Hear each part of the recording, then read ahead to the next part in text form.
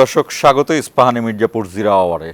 আপনারা নিশ্চয়ই দেখছেন বিবিসির পর্দায়, সিএনএনের পর্দায় এবং আমাদের দেশের টেলিভিশনগুলোও ঝলসে উঠছে ইরান এবং ইসরায়েলের বোমা বর্ষণে এবং সেইখানকার নিহত হওয়ার ঘটনা, সেখানকার ধ্বংসযজ্ঞের ঘটনা। আমরা মাত্র কিছুদিন আগের থেকে দেখা শুরু করলাম যে গাজার পুরো গাজা উপত্যকাকে মৃত্যুপুরীতে রূপান্তর করেছে ইসরায়েল। সেই ইসরায়েল আবার ইরানে আক্রমণ করেছে এবং এই নিয়ে কিন্তু আন্তর্জাতিক বিশ্বে এক ধরনের কূটনৈতিক যুদ্ধও শুরু হয়েছে। ঠিক এই মুহূর্তে যেটি ঘটছে সেটি হলো যে ইসরায়েল এবং ইরান সরাসরি যুদ্ধে লিপ্ত হয়েছে। যদিও যারা সমর বিশেষজ্ঞ আছেন তারা যুদ্ধের বেশ কিছু ডেফিনেশন ঠিক করেন যে কোনটা পুরোপুরি যুদ্ধ, কোনটি আকাশ যুদ্ধ এবং কোনটি যুদ্ধর প্রারম্ভিক। তারপরও আমাদের সাধারণের চোখে এটি যুদ্ধই। এতে মানুষ মারা যাচ্ছে, নিহত হচ্ছে। মানুষ নিহত হওয়া মানেই হলো সেটি আমাদের কাছে দুঃখজনক। দর্শক, আজকের ইস্পাহানি মির্জাপুর জিরো আওয়ারের বিষয় ইরান ইসরায়েল সংঘাত প্রাসঙ্গিক বিষয়ে আমাদের সঙ্গে রয়েছেন মেজর অবসরপ্রাপ্ত মোহাম্মদ আশরাফুজ্জামান, নিরাপত্তা ও পলিসি বিশ্লেষক, এবং রয়েছেন এশিয়ান টেলিভিশনের বার্তা প্রধান এবং আন্তর্জাতিক সম্পর্ক বিশ্লেষক সিরাজুল ইসলাম। আপনাদের দুইজনকেই স্বাগত জানাচ্ছি। ধন্যবাদ। বরাবরের মতোই আমরা একটু শিরোনাম দেখে আসবো, শিরোনাম দেখে এসে আমাদের অনুষ্ঠানটি শুরু করব।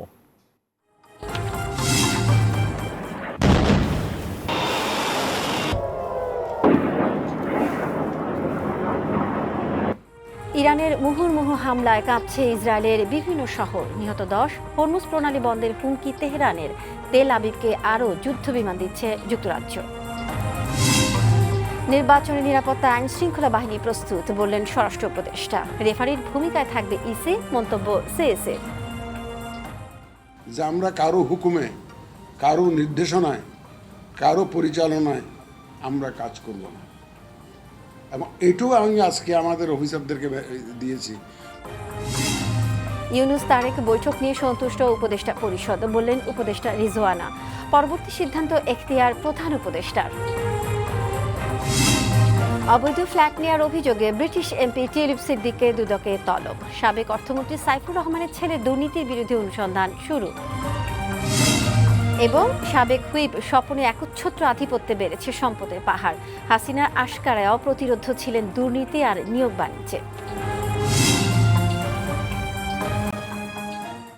দর্শক, আমাদের অনুষ্ঠানটি বৈশাখী টেলিভিশনের পর্দার পাশাপাশি ফেসবুক এবং ইউটিউব পেজেও সরাসরি সম্প্রচারিত হচ্ছে। আপনারা চাইলে সেখানে কমেন্টের মাধ্যমে আমাদের সাথে যুক্ত হতে পারেন। আমি একটু প্রথমে আমাদের সিরাজুল ইসলামের কাছে যেতে চাই। আপনি দীর্ঘদিন রেডিও তেহরানের হয়ে কাজ করেছেন এবং ইরানেও আপনি কাজ করেছেন, তেহরানে কাজ করেছেন। ঠিক এই মুহূর্তে ইরান যে পলিসিতে এগোচ্ছে, আমি জানতে চাই যে আপনার তো নিশ্চয়ই সেখানে বেশ কিছু ব্যক্তিগত কমিউনিকেশন রয়েছে। ঠিক এই মুহূর্তে ইরানের কি পরিস্থিতি? ইরানের পরিস্থিতি বলতে আমরা যুদ্ধ অবস্থা দেখছি, সেগুলো তো টেলিভিশনের পর্দাতে দেখছি, কিন্তু ইরানের গভর্নমেন্টের পলিসিটা কি, আসলে সরকারি পলিসি কি, এবং ইরানের যে অভ্যন্তরীণ যে নিরাপত্তা বলয়, সেই জায়গাটি কি পরিস্থিতি? ধন্যবাদ আপনাকে, ধন্যবাদ বৈশাখী টেলিভিশনের সমস্ত দর্শক শ্রোতা সবাইকে। ইরানের যে গভর্নমেন্টের যে পলিসি, সেই পলিসি যদি আমরা বলি তাহলে চলমান ঘটনা বা চলমান যুদ্ধ এই বিষয়ে যে পলিসি, সেটা হচ্ছে যে ইরানের প্রথম পলিসি ছিল ডিফেন্সিভ পলিসি। এই ডিফেন্সিভ পলিসির একটা পর্যায়ে গিয়েই মূলত তারা এখন শুধুমাত্র নিজেদের ডিফেন্সের কথা চিন্তা করছে না, তারা একটু বাহ্যত একদম মোটামুটি বেশ পরিষ্কার যে অ্যাটাকিং মোডেই গেছে।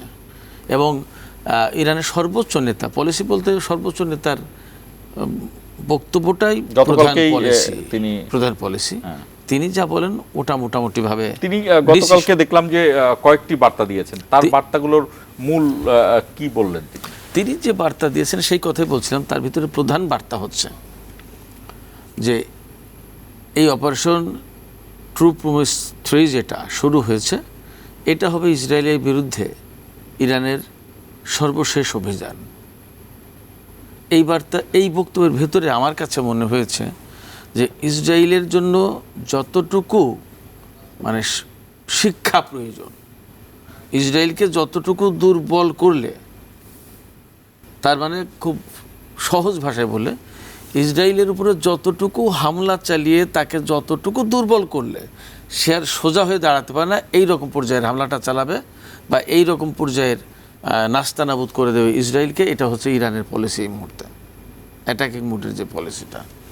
আর অভ্যন্তরীণ যে নিরাপত্তার ব্যাপার বললেন, ইরান, আমি তো ইরানের 2 দফায় 10 বছর থেকেছি, আমি দেখেছি খুব কাছ থেকে যে ইরান অভ্যন্তরীণভাবে খুবই নিরাপদ একটা দেশ। তাদের সোশ্যাল সিকিউরিটি যেটা, এটা এত বেশি যেটা ভাবা যায় না। ধরুন ইরানের রাত 12টায় একটা গভীর রাতে যদি একজন নারী রাস্তা দিয়ে হেঁটে যায়, তার কাছে টাকা পয়সা, স্বর্ণের গহনা এটা সেটা থাকতে পারে, তারপরেও তাকে ভাবতে হবে না যে আমি চোর, ডাকাত, ছিনতাইকারীর কবলে পড়তে পারি বা আরও অনিষ্টকারীর, দুষ্কৃতকারীর হাতে পড়তে পারি। যত রকমের দুষ্কৃতকারী, অনিষ্টকারী হতে পারে, এইগুলো ভাবতে হবে না। এতটাই সোশ্যাল সিকিউরিটি। এটা শুধুমাত্র রাজধানী তেহরানে না, এটা সারা দেশে একই অবস্থা। মানে পত্রপত্রিকা প্রত্যেকদিন সকালবেলায় খুললে বা টেলিভিশন চ্যানেল খুললে এমন সংবাদ আপনার চোখে পড়বে না যে অমুকখানে গুম, অমুকখানে লাশ ভাসছে, অমুকখানে দুর্ঘটনায় এত মানুষ মারা গেছে। এইটা মানে এই মানুষের হতাহত, গুম, চুরি, ডাকাতে, এগুলো নেই। এতটা নিরাপদ। আমি একটু শেষ করি এখানে, এই কথাটুকু খুব ইম্পর্ট্যান্ট।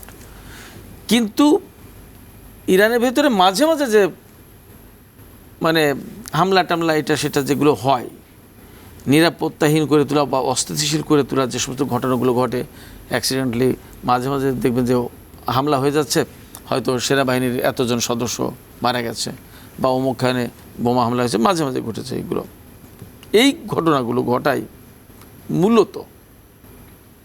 মূলত ইসরায়েল এবং আমেরিকা বা ইরান বিরোধী যে শক্তিটা, বলয়টা রয়েছে, তারা এই স্যাবোটাজগুলো করে। এবং আজকের খবর যেটা, ইরানের ভেতর থেকে প্রচুর পরিমাণে, প্রচুর সংখ্যক মোসাদের এজেন্ট ধরা হয়েছে। এবং এমন হয়েছে যে এক ট্রাক, আমি সকালে খবর দেখছিলাম যে এক ট্রাক, বড় ট্রাকের এক ট্রাক ড্রোন, ছোট ছোট ড্রোন, এক ট্রাক মানে বহু সংখ্যক ড্রোন আটক হয়েছে। এবং ছোট পিকআপ টাইপের, যে পিকআপের পেছন থেকে ড্রোন লঞ্চ করা যায়, এই সমস্ত আটক হয়েছে। এবং এই যে সেনা কর্মকর্তারা মারা গেলেন, বিজ্ঞানী মারা গেলেন, যে বা এর আগে যত এই ধরনের ইরানের ভেতরে প্রচুর সংখ্যক অ্যাসাসিনেশন হয়েছে, টার্গেটেড কিলিং হয়েছে। এবং ইসরায়েল অনেক সময় সেগুলো বলেছে যে আমরাই করেছি, এবং বিজয়ের হাসি, তৃপ্তির হাসি তারা দিয়েছে। এই কাজগুলো তারাই করে থাকে। এবং এর পেছনে ইরানের ভেতরে তারা পেনিট্রেট করতে পারে, ইনভেড করতে পারে। অবশ্যই, অর্থাৎ গোয়েন্দা ইনভেশন আছে, মানে স্পাই ইনভেশন আছে। এই ইনফিল্ট্রেশনটা অনেকগুলো কারণে হয়, আছে তো বটেই। এবং আমি একটু আগে দেখে আসলাম একটা খবরে যে ইরানের ইসলাম শাহর শহর, ইসলাম শাহর নামে একটা ছোট সিটি, সেখানে মোসাদের ড্রোন তৈরির কারখানা আবিষ্কার করেছে ইরানের গোয়েন্দারা বা পুলিশ। ইরানের ভেতরে মোসাদের কারখানা, ড্রোন তৈরির কারখানা। আমি আমাদের নিরাপত্তার কাছে আসবো একটু, আশরাফুজ্জামানের কাছে।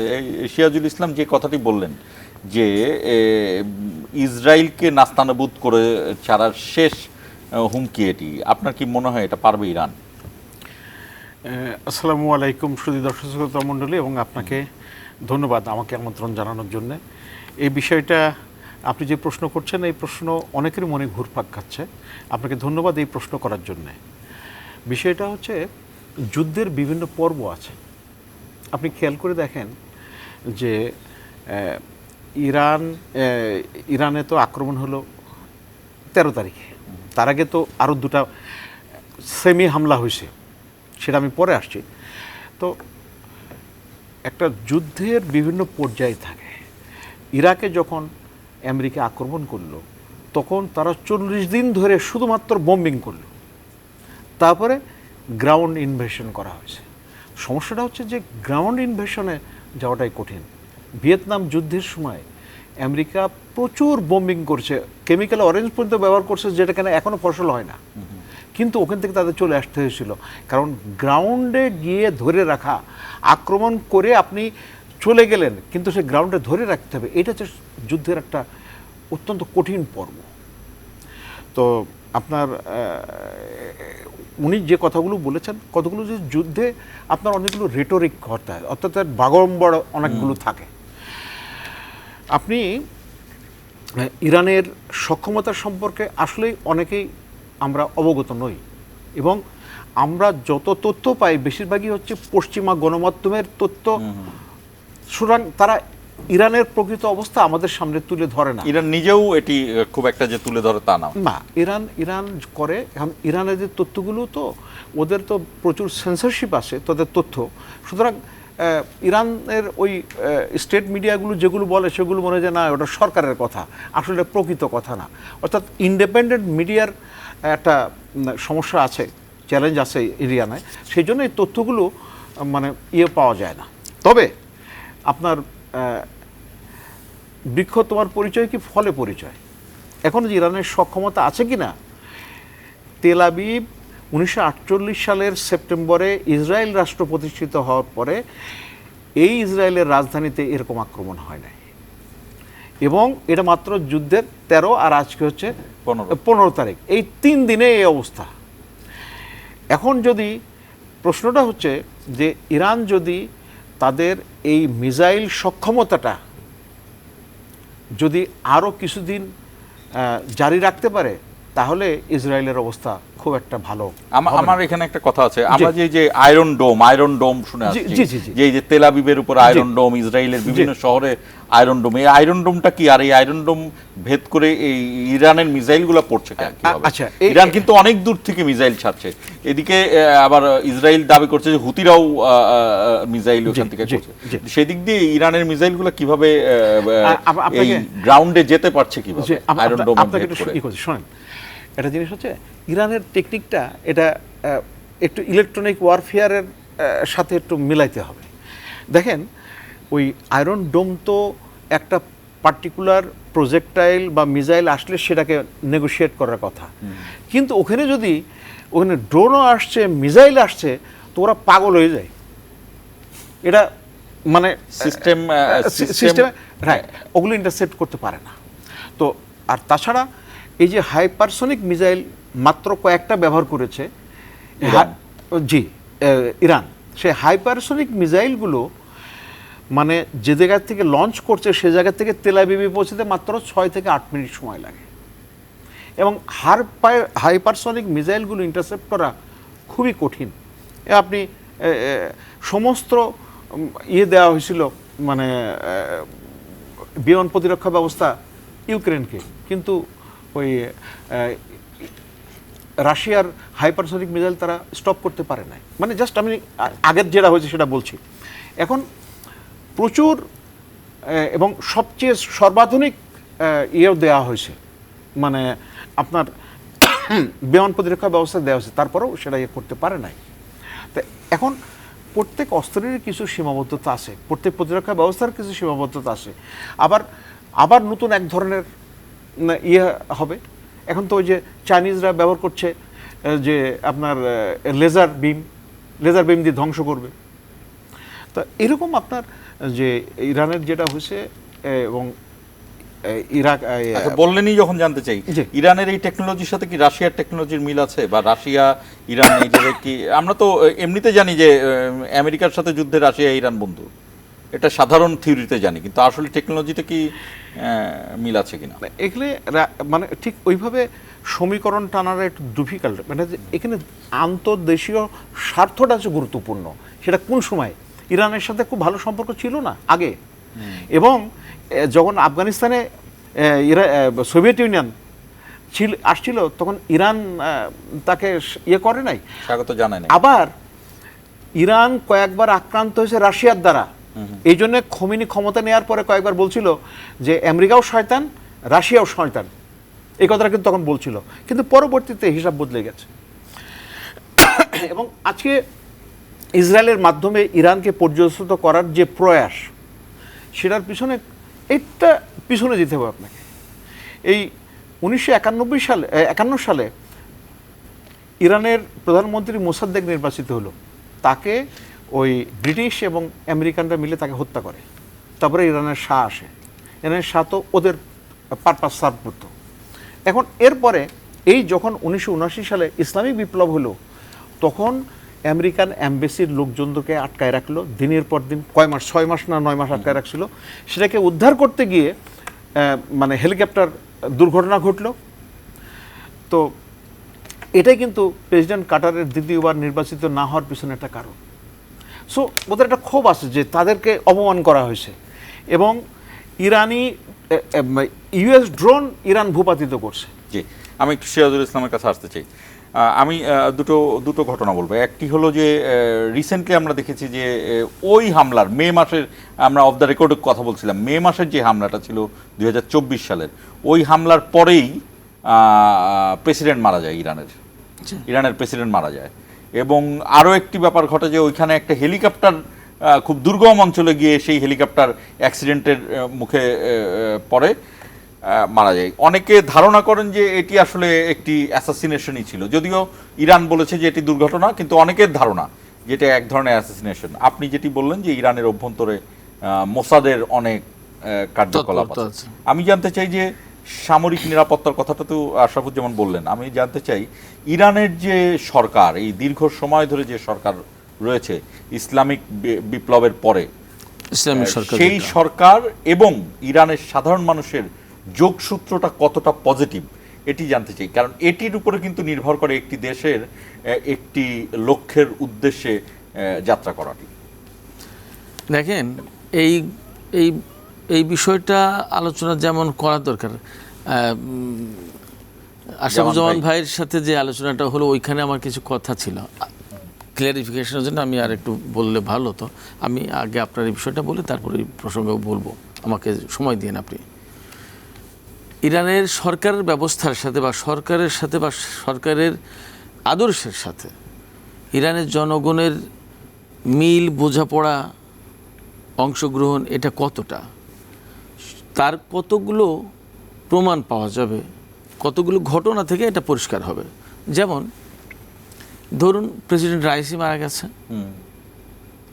যা নিয়ে আপনি আলোচনাটা তুললেন, তার জানাজায় বা তার মৃত্যুর পর আমরা কি পরিমাণ মানুষকে এই জানাজায় তার শোক মিছিলে অংশগ্রহণ করতে দেখেছি। নিশ্চয় আপনার খেয়াল আছে, লক্ষ লক্ষ, মানে কি অগণিত মানুষ। তার আগের একটা ঘটনায় যদি আমরা দেখি, মেজর জেনারেল কাসেম সোলাইমানিকে হত্যা করা হয়েছিল 2020 সালে। হ্যাঁ।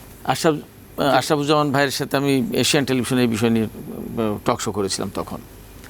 তো মেজর জেনারেল কাসেম সোলাইমানিকে হত্যার পরে তার জানাজায় মানুষ এত বেশি হয়েছিল যে সে জানাজায় ভিড়ের চাপে 20-25 জন মানুষ মারা গিয়েছিল।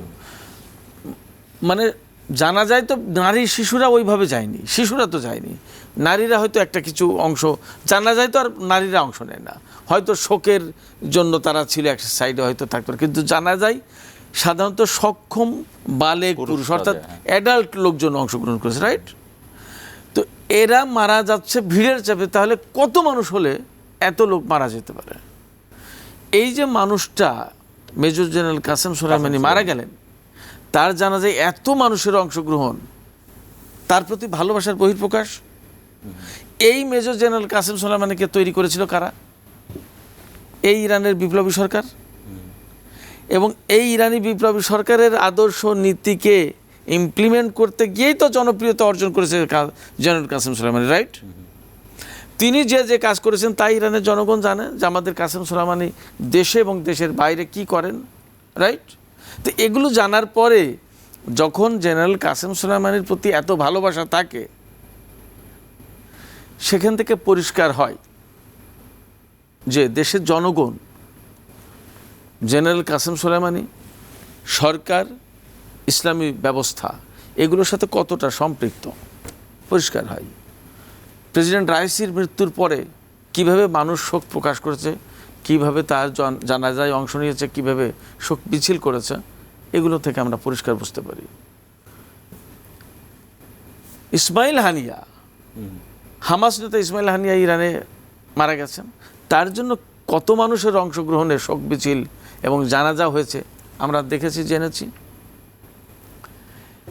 ইমাম খোমেনি, যিনি বিপ্লবের মূল নায়ক, তার মৃত্যুতে পৃথিবীর ইতিহাসে সম্ভবত সবচেয়ে বড় জানাজার ঘটনা সেটা। তার মৃত্যুতে তিনি দেশের ভেতরে মারা গেছেন। বিপ্লব হয়েছে 1979 সালে, 1989 সালে তিনি মারা গেছেন, বিপ্লবের 10 বছর পরে। বিপ্লবের নেতৃত্বই দিয়েছিলেন, বিপ্লবের নেতৃত্ব দিয়েছেন। বিপ্লব সফল হওয়ার 10 বছর পরে তিনি মারা গেছেন। এবং 10 বছরে একটা মানুষের জনপ্রিয়তা ধরে রাখা কিন্তু খুব কঠিন ব্যাপার। 10টা বছর জনপ্রিয়তা ধরে রাখা বিপ্লব করার পরে খুব সাধারণ ব্যাপার না।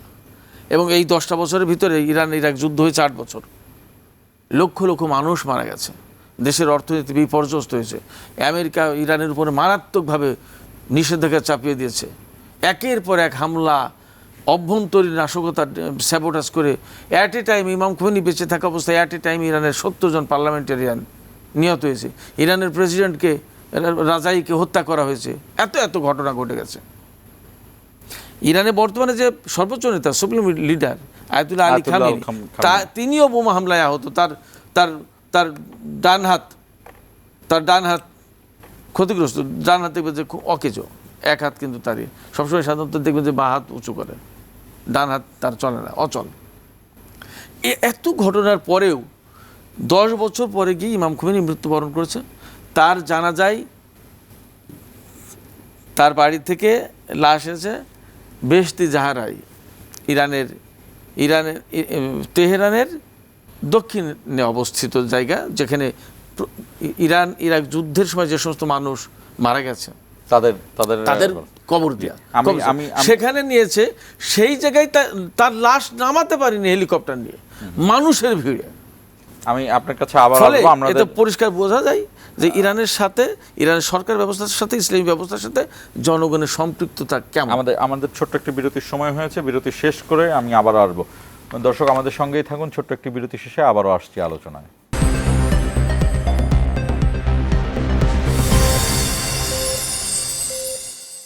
আবারও স্বাগত ইস্পাহানি মির্জাপুর জিরো আওয়ার। আমাদের অনুষ্ঠানটি বৈশাখী টেলিভিশনের পর্দার পাশাপাশি ফেসবুক এবং ইউটিউব পেজেও সরাসরি সম্প্রচারিত হচ্ছে। আপনারা চাইলে সেখানে কমেন্টে মাধ্যমে আমাদের সঙ্গে যুক্ত হতে পারেন। আমরা সিরাজুল ইসলামের কাছে ছিলাম, একটু আশরাফুজ্জামানের কাছে আসবো। যেই সামরিক বিশ্লেষণগুলো আপনি বলছিলেন, আমি এখানে সামরিক বিশ্লেষণের জায়গায় আরেকটি বিষয় জানতে চাই। এই যে আমরা দেখলাম যে বেশ কিছু ক্ষেপণাস্ত্র আগেই পাঠানো হয়েছিল ইসরায়েলের কাছে, আমরা নামও শুনলাম হেলফায়ার নামে এক ধরনের ক্ষেপণাস্ত্র, এটি যুক্তরাষ্ট্রের তৈরি, এবং কিছুক্ষণ আগে যুক্তরাজ্য ঘোষণা দিল যে আরও বিমান পাঠাবে। এর মধ্যে আমরা একটি ভিডিও দেখলাম, আমি জানি না এই ভিডিওর সত্যতা আছে কিনা, যে ইসরায়েলের পাইলটরা তারা আন্দোলন করছে বা বিদ্রোহ করছে প্লেন চালাতে পারবে কিনা। কিন্তু যুদ্ধে তো আপনি নিজেও বললেন যে অনেক ধরনের প্রচারণা থাকে, এবং এই প্রচারণাকে অনেক সময় ডিকয় বলে হয়, যে শত্রুকে বিভ্রান্ত করার জন্য। আমি ঠিক এই মুহূর্তে যুদ্ধের পরিস্থিতি আপনাকে জানতে চাই, আপনি যে খোঁজ খবর নিলেন এবং আপনার সামরিক অবজারভেশন থেকে কি মনে হয়? আচ্ছা,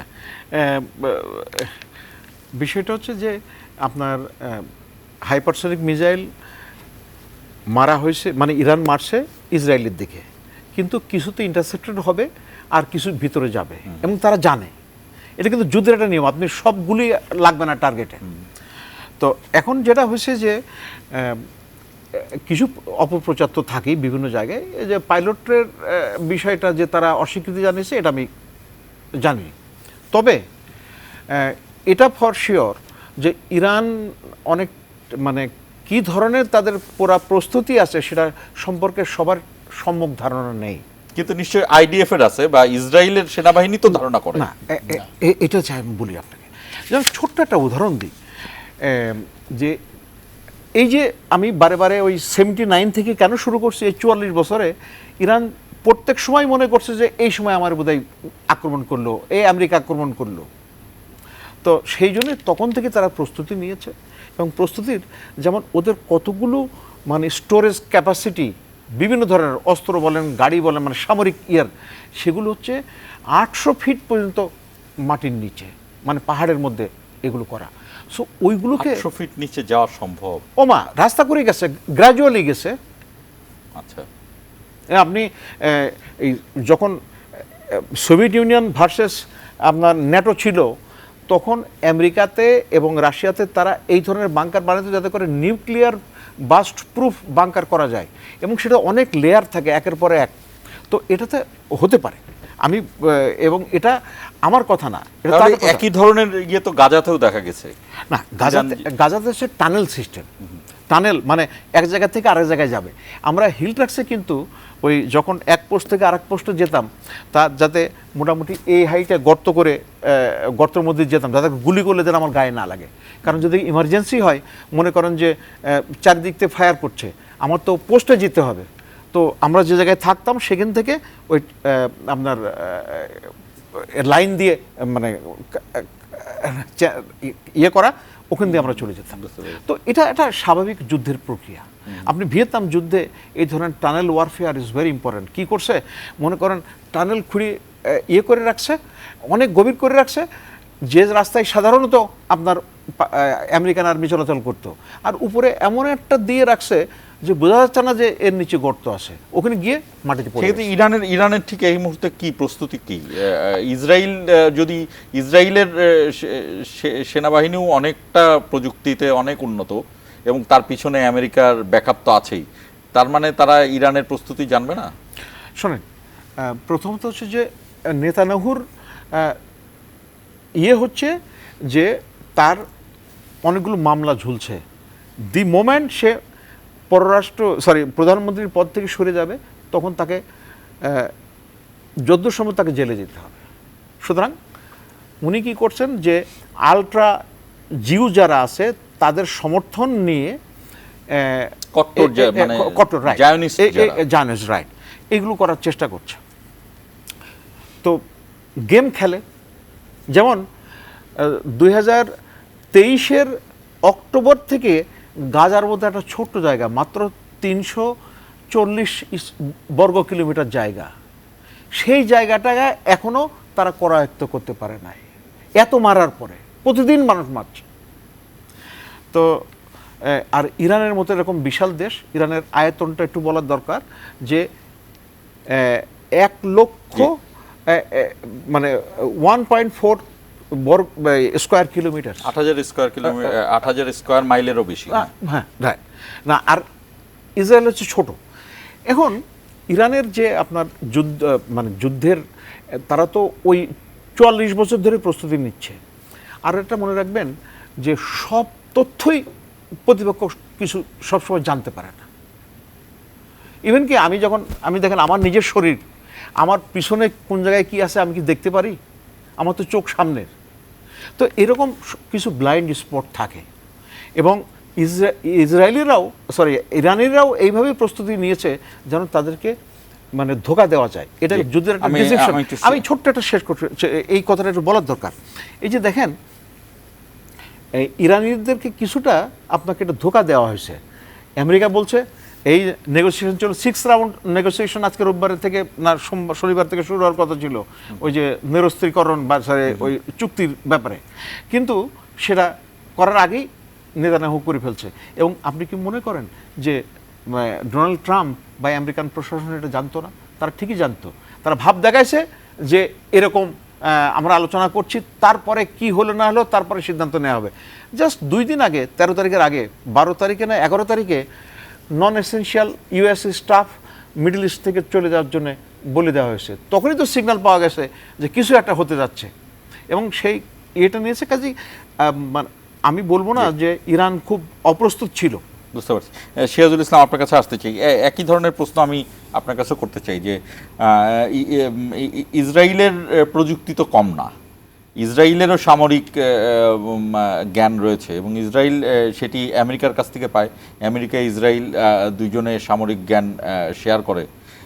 ঠিক এই মুহূর্তে ইসরায়েল কি না বুঝেই ইরানকে হামলা করেছে, যে ইরানের এত সামরিক ক্ষমতা তারপরও সে হামলা করলো, না শুধুই একটা যেই চুক্তির কথা এখন ট্রাম্প আজকেও বলেছে যে একটা ডিল হবে, একটা চুক্তি হবে এবং সে সেই সংঘাত থামাবে। আসলে ব্যাপার হয়েছে কি, আমেরিকা ইসরায়েল তারা খুব ভালো করেই ইরানের শক্তিমত্তা সম্পর্কে ধারণা রাখে, এবং ধারণা রাখে বলেই ইসলামী বিপ্লব হওয়ার পরেও, ইসলামী বিপ্লবকে যদিও তারা দুই দেশের কেউই পছন্দ করে না, তারপরেও কিন্তু ইরানের বিরুদ্ধে সরাসরি যুদ্ধে তারা কখনোই যায়নি, কখনোই না। পরমাণু কর্মসূচি সেই বহুদিন থেকে চালু করেছে, এনে নিষেধাজ্ঞা এটা সেটা বহু কিছু হয়েছে, বাট তারা কিন্তু কখনোই সরাসরি ইরানের বিরুদ্ধে হামলাতে যায়নি। বিশেষ করে যখন মার্কিন দূতাবাস দখল করে তাদের কূটনীতিকদেরকে যখন ইরানে আপনার করা হলো, জিম্মি করা হলো, বহু আলাপ আলোচনার পরে যখন ইরান ছাড়লো না, তখন কিন্তু জিমি কার্টার প্রশাসন তখন আমেরিকায়, তো তার নির্দেশে একেবারে অভিযান চালিয়ে কূটনীতিকদেরকে উদ্ধার করার টার্গেট ছিল এবং তেহরানকে ভীষণভাবে ক্ষতিগ্রস্ত করে দেবে টার্গেট ছিল। এরকম কথা শুনেছে যে মাটির সাথে মিশে দেওয়া হবে তেহরানকে এবং আমেরিকান জিম্মি সব উদ্ধার করা হবে। সেইটা তাবাস মরুভূমিতে ব্যর্থ হয়ে যাওয়ার পরে এটা অনেকেই বা আমেরিকানরাও অনেকেই বিশ্বাস করেছিল যে এটা একটা অলৌকিক ঘটনা ঘটে গেল। এরপরে থেকে ইরান থেকে ওরা ডাইরেক্ট হাত একেবারেই টান দিয়ে নেয়, সরিয়ে নেয়।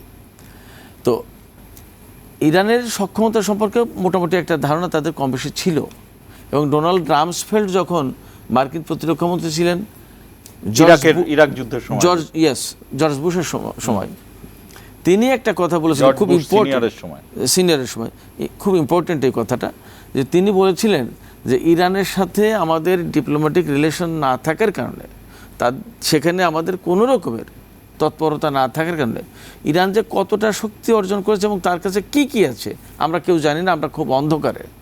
তো যখন অন্ধকারে, একটা কথা আছে, প্রবাদ বাক্য আছে যে অন্ধকারে সাপ সকল ঘরে সাপ, অর্থাৎ অন্ধকারে যখন সাপ ঢুকেছে বলে মনে করা হবে, তা এই ঘরের কোন জায়গায় সাপটা তো আমি আপনি কেউ বুঝতে পারবো না, অতএব সমস্ত ঘরটাই অনিরাপদ হয়ে যায়। ইরান হয়েছে ইসরায়েল এবং আমেরিকার জন্য ওই অন্ধকারের সাপের মতো অবস্থা।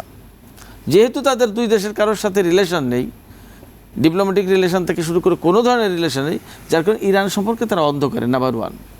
Number two, in the meantime Iran সত্যিই খুবই সামরিক দিক দিয়ে সক্ষমতা অর্জন করেছে, এবং এই সক্ষমতা অর্জনটা একবার কমপ্লিটলি হোমগ্রোন, নিজেদের তৈরি, নিজেদের প্রযুক্তিতে, নিজেদের জ্ঞান বিজ্ঞানের চর্চার মাধ্যমে এইগুলো করেছে। যার কারণে আমেরিকান প্রযুক্তি হচ্ছে নোন টু অল, সবাই জানে, সবার কাছে আছে, কারণ সে প্রযুক্তি বিক্রি করে।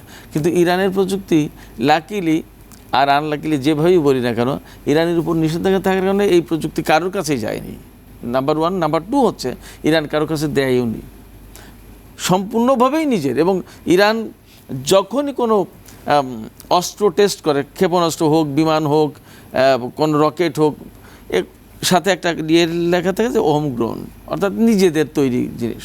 তো এই যে নিজেদের তৈরি জিনিস, এই যে ববার 373 যেটা S-400-এর সমকক্ষ, এই যে বিভিন্ন শ্রেণীর, বিভিন্ন রেঞ্জের, বিভিন্ন মডেলের ক্ষেপণাস্ত্র উইথ হাইপারসনিক, যেটা বিশ্বাস করেনি মানুষ, বাংলাদেশের অসংখ্য মানুষ এটা বিশ্বাসই করেনি, বিশ্বের বহু সংখ্যক মানুষ বিশ্বাস করেনি, ইসরায়েল এবং আমেরিকা বিশ্বাস করতে চায়নি যে ইরানের হাতে হাইপারসনিক ক্ষেপণাস্ত্র আছে।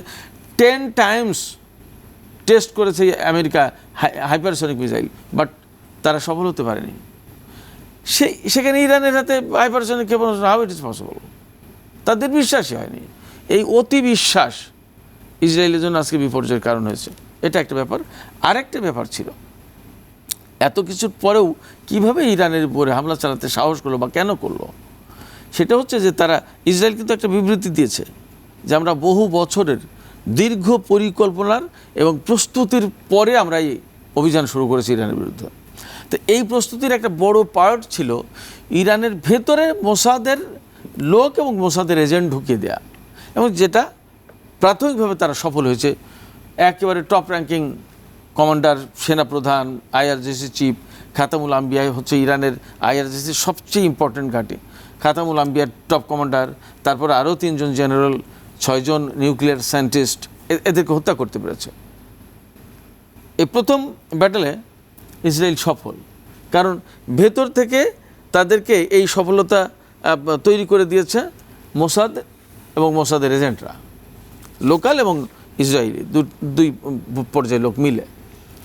কিন্তু যখন ইরান গুছিয়ে উঠতে পেরেছে, প্রাথমিক ধাক্কা সামাল দিয়ে যখন গুছিয়ে উঠতে পেরেছে, অর্থাৎ ঘুরে দাঁড়িয়ে যখন মার দেওয়ার মতো ব্যবস্থায় যেতে পেরেছে, তখন কিন্তু ইসরায়েলের দৌড় কতটুকু তা বোঝা গেছে।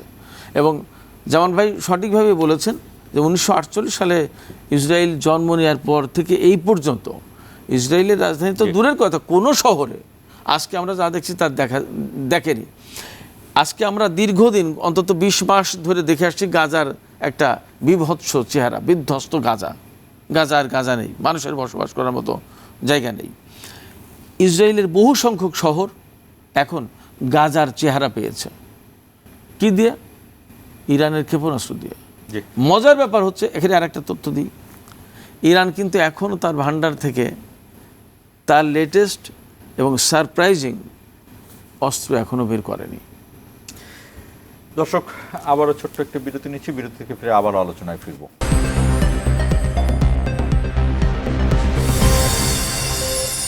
আবারও স্বাগত ইস্পাহানি মির্জাপুর জিরা আওয়ারে। সিরাজুল ইসলাম আপনার সাথে কথা বলছিলাম, আশরাফুজ্জামান আপনার সাথে কথা বলছিলাম, এবং ইরান ইসরায়েল সংঘাত এবং প্রাসঙ্গিক বিষয় নিয়ে কথা বলছিলাম। আমরা ঠিক এই মুহূর্তে এই ইরান ইসরায়েল সংঘাতের দ্বিতীয় বা তৃতীয় ধাপের ঘটনা নিয়ে আলোচনা করতে চাই। যেমন একটি হলো যে আসলে যুদ্ধ কে করছে ইরানের সাথে, ইসরায়েল নাকি যুক্তরাষ্ট্র? এটি একটি প্রশ্ন থাকতেই পারে। আরেকটি বিষয় সেটি হলো যে আপনি জানেন যে আমেরিকা কিন্তু সরাসরি হস্তক্ষেপে পাকিস্তান এবং ভারতের সংঘাত বন্ধ হয়েছিল।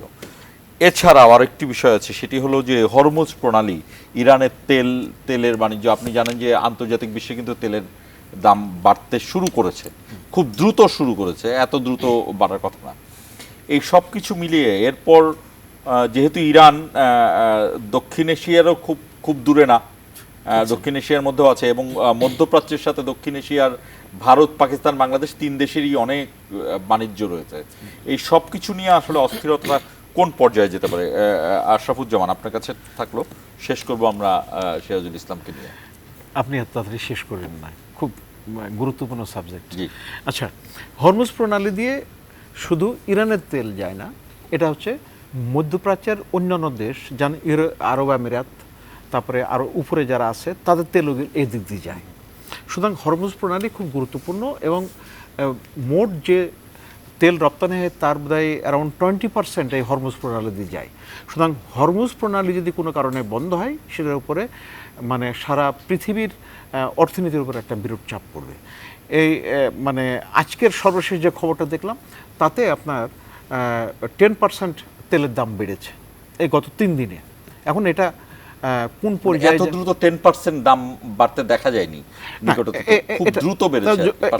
রাইট, বেড়েছে, এবং সেটা কোন পর্যায়ে যাবে সেটা বলা যাচ্ছে না এখন। ইরাক এই সম্পর্কে একটা ধারণা দিয়েছে যে যদি হরমুজ প্রণালী বন্ধ হয়ে যায়, তাহলে ব্যারেল প্রতি দাম $300 গিয়ে থামবে। অথচ এখন কত? এখন $70 গিয়ে মনে হয়ে দাঁড়িয়েছে। জি, রাইট। আচ্ছা, এখানে আরেকটা গুরুত্বপূর্ণ জিনিস আমি বলার প্রয়োজন বলে মনে করি, সেটা হচ্ছে যে ইরান যে একটা ঐতিহ্যের দেশ, 1000 বছরের সভ্যতা, তো সেই পার্সিয়ান সভ্যতা, রাইট। সুতরাং এই সভ্যতার একটা গর্ব বা গৌরব এটা ইরানি জাতি ধারণ করে, এবং এটা তাদের একটা বিরাট, মানে ওই যখন থেকে তারা রোমানদেরকে হারাতো, রাইট। আপনি ফেরদৌসির শাহনামার কথা নাম শুনেছেন, সেই শাহনামা মানে ইরানি জাতি পুনর্জাগরিত হয়েছিল, এবং ইসলামী বিপ্লবের পরে মোটামুটি সেই পর্যায়ে গেছে। সুতরাং সেই জাগ্রত জাতিই বর্তমানে ইসরায়েলের সাথে করছে। তবে কোনো সন্দেহ নেই, আপনি একটা ওনার সাথে কথা বলার সময় কয়েকটা প্রশ্ন করছেন, আমি ছোটোর উত্তর দিই, তারপর আপনার উত্তরটা আমি দিচ্ছি। সেটা হচ্ছে যে ইরান কতদিন, কারণ ইরানের এই জিনিসটা যে তার মিসাইল যে কতগুলো আছে এবং কতদিন এইভাবে চালাতে পারবে সেটা বিষয়ে কোনো নিশ্চয়তা নেই। তবে ধারণা করা হচ্ছে যে ইসরায়েল আপাতত 2 সপ্তাহ মতো তারা এটা সাস্টেন করতে পারবে, মানে ইরানি এই রেটে হলে। এখন ইরান যদি আরও বেশি তাদের স্টক পাইল যদি বেশি থাকে, তাহলে ইসরায়েলের অবস্থাটা একটু দুর্বল হয়ে যাবে, ভালো দুর্বল হয়ে যাবে। এখন গতকাল আমেরিকান প্রেসিডেন্ট রাশিয়ার প্রেসিডেন্টের সাথে কথা বলছে এই যুদ্ধবিরতির ব্যাপারে, 1 ঘন্টা কথা বলছে। যেটার জন্যই মনে হয় ট্রাম্প চুক্তির কথা বলছিল। না, চুক্তিটা হচ্ছে আপনার ওই যে পারমাণবিক চুক্তিটা নিয়ে, তো সেটা বোধহয় আপাতত আসছে না। এবং এর ভিতরে কারণ ইরান তো অনেক দূর পরমাণু সমৃদ্ধিকরণে চলে গেছিল, এখন তারা ওটা থেকে অলরেডি ওই চুক্তি থেকে, পরমাণু চুক্তি থেকে তারা বের হয়ে আসছে কিন্তু অলরেডি, তার নন প্রলিফারেশন ট্রিটির সাথে আর নাই। তো এখন তারা যদি আবার সেটা সেই পর্যায়ে চলে যে গিয়ে থাকে, অ্যাটম বোম যদি বানায় ফেলে, তাহলে হিসাবটা অন্যরকম হবে। আমি খুব ভয় পাচ্ছি ভাই একটা বিষয়, সেটা কি জানেন, যে ইসরায়েল প্রায় শেষ প্রান্তে চলে এসেছি। আমি জাস্ট শেষ করে দিচ্ছি, শেষ করুন। আমরা সিরাজুল ইসলাম রাইট। ইসরায়েল এমন একটা রাষ্ট্র যার কোনো জবাবদিহিতা নেই, কিন্তু আমেরিকার সমস্ত শক্তি তারা ব্যবহার করে। তো যখন দেখছে তাদের অবস্থাটা একটু খারাপ হয়ে যাচ্ছে, যুদ্ধে কাবজা হয়ে যাচ্ছে, তখন তাদের কাছে পারমাণবিক অস্ত্র আছে, তারা যদি সেটি ব্যবহার করে, তার হিসাবটা অন্যরকম হয়ে যেতে পারে। আবার ইরানের পারমাণবিক অস্ত্রের সমৃদ্ধিকরণ এবং কতদিন সময় লাগবে, যদি এই কয়দিনের মধ্যে কিছু একটা করতে পারে, সেটাও একটা সিরাজুল ইসলাম, আমি খুব সংক্ষেপে, আপনার হাতে 1 থেকে 1.5 মিনিট আছে, সংক্ষেপে জানতে চাই যে আসলে কোন দিকে যাচ্ছি আমরা। মানে আমি তো কয়েকটি বিষয় বললাম যে দক্ষিণ এশিয়ার উপর প্রভাব তো আছেই, এছাড়া ইরান মুসলিম বিশ্বের একটি গুরুত্বপূর্ণ দেশ। এই সব কিছু মিলিয়ে সৌদি আরব, কাতারের ভূমিকা কি এটাও আমি জানি না, এটা হয়তো আপনি ভালো জানতে পারেন। এই যুদ্ধে সৌদি আরব, কাতারের ভূমিকা অবশ্যই কিছু না কিছু আছে। এই সব কিছু মিলিয়ে কি মনে হয়, আপনার বিশ্লেষণ কি? আসলে এই বিশ্লেষণটা কি জানতে চাচ্ছেন আপনি? মানে সব আমি জানতে চাচ্ছি যে সৌদি আরব, কাতার মধ্যপ্রাচ্যে গুরুত্বপূর্ণ ভূমিকা রাখে, এবং ইরান যদি আসলেই ইসরায়েলকে সেইভাবে আক্রমণ করা শুরু করে, সেই ক্ষেত্রে বিশ্ব পরিস্থিতি কোন দিকে যাবে? এই সংঘাত শেষ পর্যন্ত থামানোর উদ্যোগটা কোন দিকে যেতে পারে? আপনার প্রেডিকশনটা জানতে চাচ্ছি, ফোরকাস্টটা জানতে চাচ্ছি। এইখানে আপনি যে বিষয়টা জানতে চাচ্ছেন সেটা হচ্ছে যে ইরান ইসরায়েল যে পর্যায়ে গেছে যুদ্ধের, এই জায়গায় এটা পয়েন্ট অফ নো রিটার্নে চলে গেছে, কারোর আর পিছিয়ে আসার কোনো সুযোগ নেই, একেবারেই না। 2 দেশেরই অস্তিত্বের প্রশ্ন। সেক্ষেত্রে খুব শক্তিশালী কোনো পক্ষ যদি এসে মধ্যস্থতা করে, জোরালো মধ্যস্থতা করে, দেন এই যুদ্ধ থামতে পারে, তাছাড়া থামবে না। সেক্ষেত্রে সৌদি আরব এই মুহূর্তে আপাতত চুপচাপ থাকবে, কাতার ইরানের পক্ষ নেবে। মুসলিম দেশ হিসেবে সৌদি আরব ইরানের পক্ষেই কথা বলবে আপাতত মুখ রক্ষার জন্য, বাট তারা না মানে ধরি মাছ না ছুঁই পানি এইরকম একটা অবস্থা থাকবে। তো সেক্ষেত্রে যদি পয়েন্ট অফ নো রিটার্নে তো গেছেই, যদি কোনো শক্তিশালী পক্ষ মধ্যস্থতা করে না থামায়, তাহলে সেটা অনেক বড় দুর্ঘটনার দিকে চলে যাবে সেটা। এবং এই জায়গা থেকে 3য় বিশ্বযুদ্ধের যে প্রশ্ন, সেটাও শুরু হতে পারে।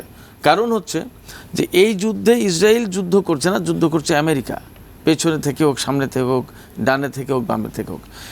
তো আমেরিকান ঘাঁটিগুলো ইসরায়েল ব্যবহার করছে, এবং ইরাকের কুর্দিস্তান অঞ্চল থেকে ইরানে কুর্দিস্তানের আকাশ সীমা ব্যবহার করে ইরানে হামলা চালাচ্ছে ইসরায়েলি বিমান।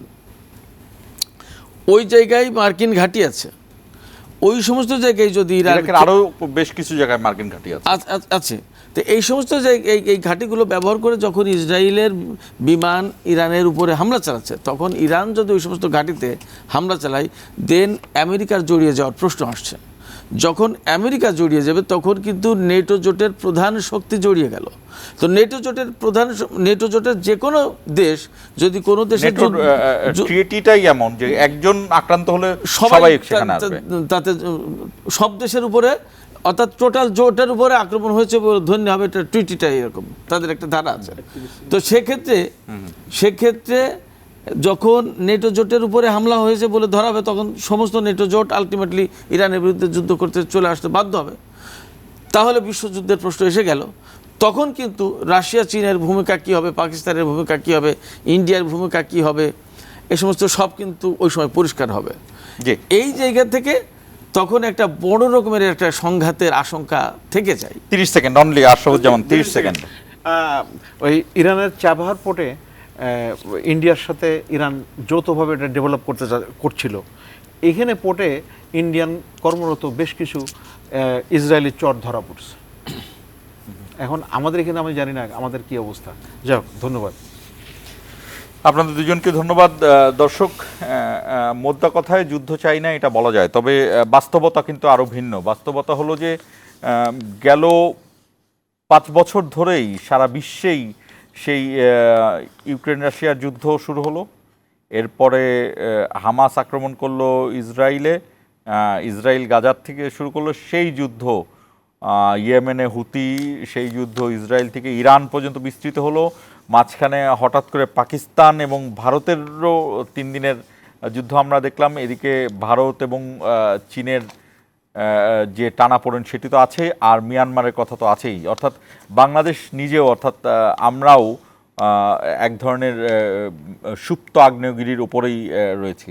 ঠিক পৃথিবীতে ঠিক আগামীতে কি ঘটতে যাচ্ছে, আগামী সময়গুলোতে এটা প্রেডিক্ট করা, এটার ফোরকাস্ট দেওয়া, এটার পূর্বাভাস খুবই জটিল প্রক্রিয়া। তবুও শেষ পর্যন্ত এই প্রত্যাশাই থাকবে যে খুব দ্রুত মনুষ্যত্ব জাগ্রত হবে সব দেশের, এবং সেই জায়গার থেকে যুদ্ধের থেকে পিছিয়ে আসবে এই কামনা করা হয়। সৃষ্টিকর্তার কাছে এই কামনা রেখে শেষ করছি ইস্পাহানি মির্জাপুর জিরা আওয়ার।